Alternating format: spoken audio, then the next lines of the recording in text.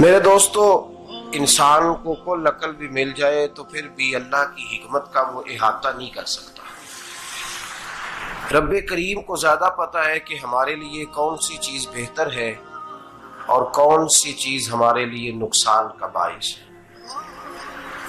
اللہ تبارک و تعالی کی حکمت یہ چاہتی ہے کہ میرے بندے پریشان نہ ہوں۔ رب یہ چاہتا ہے کہ میرے بندے کسی جگہ پہ بھی دقت اور پریشانی کا شکار نہ ہو، تو اللہ تبارک و تعالی نے راہ اعتدال اختیار کرنے کا حکم ارشاد فرمایا کہ تم اعتدال کے رستوں پہ چلو، معتدل زندگی گزارو، افراط و تفریط سے بچو۔ آج جس معاشرے میں ہم وقت گزار رہے ہیں، اس معاشرے میں ہم اس بات کو سمجھنے سے قاصر ہیں کہ اصل ہمارا مسئلہ کیا ہے۔ ہمارا اصل جو مسئلہ ہے اس کی شناخت ہمیں کیسے ہوگی اور ہم پھر اس تک رسائی کس انداز میں حاصل کر پائیں۔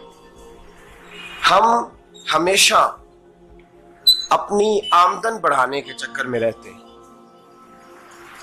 ایک کام اور شروع کر لیں، پارٹ ٹائم جاب شروع کر لیں، کوئی سائیڈ بزنس اس کا آغاز کر لیں۔ ہماری جو دوڑ لگی ہوئی ہے وہ لگی ہے کام بڑھانے میں، آمدن بڑھانے میں، حالانکہ اسلام ہمیں یہ کہتا ہے کہ تو آمدن بڑھانے کے چکر میں نہ پڑ، اصل بات یہ ہے کہ تو اپنے خرچے کنٹرول کر۔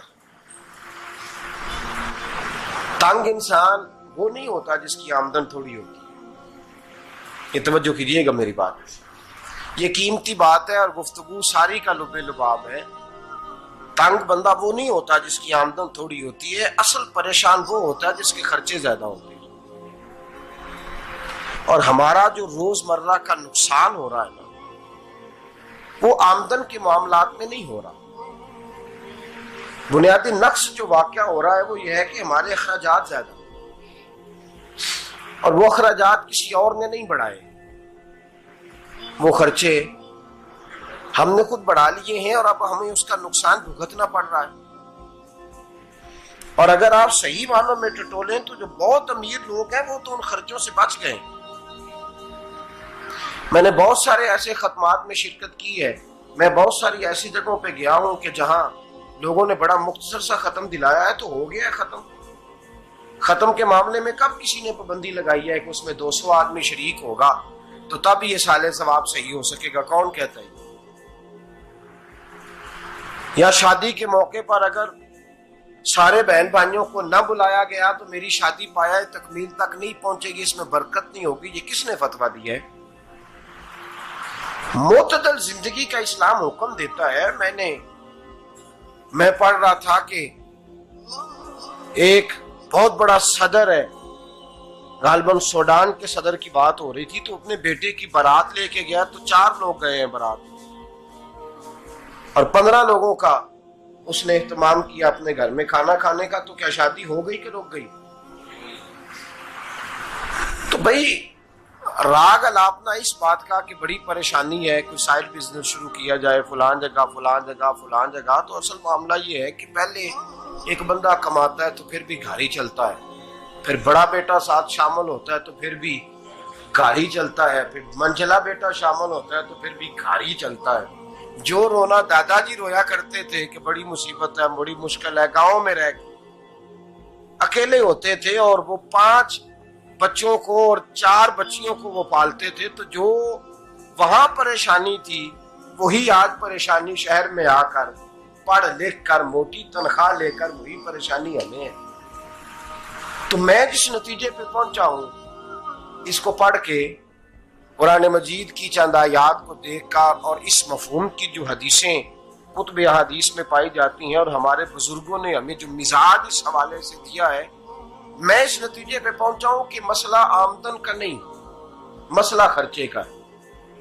ہمارے خرچے بنیادی طور پر زیادہ، اور اگر پھر ہم زیادہ بوجھ خواتین پہ ڈالتے ہیں کہ وہ مطالبے زیادہ کرتی ہیں، اور اگر آپ مجھ سے پوچھیں تو خواتین کی بھی اگر کسی جگہ کوئی عادت خراب ہوتی ہے تو اس میں اصل کردار اس کا ہوتا ہے جو وہ عادت خراب تو کیوں اپنے گلے سے اتار کے آپ کسی کے گلے میں بات ڈالنے کے چکر میں ہیں؟ وہ خواتین کی طبیعت نہیں ایسی ہے. اصل بات یہ ہے کہ ہم نے عادت ڈالی ہے, ہم نے یہ مزاج ان کو دیا تو ان کا بنا ہے, نہ کیسے بن سکتا.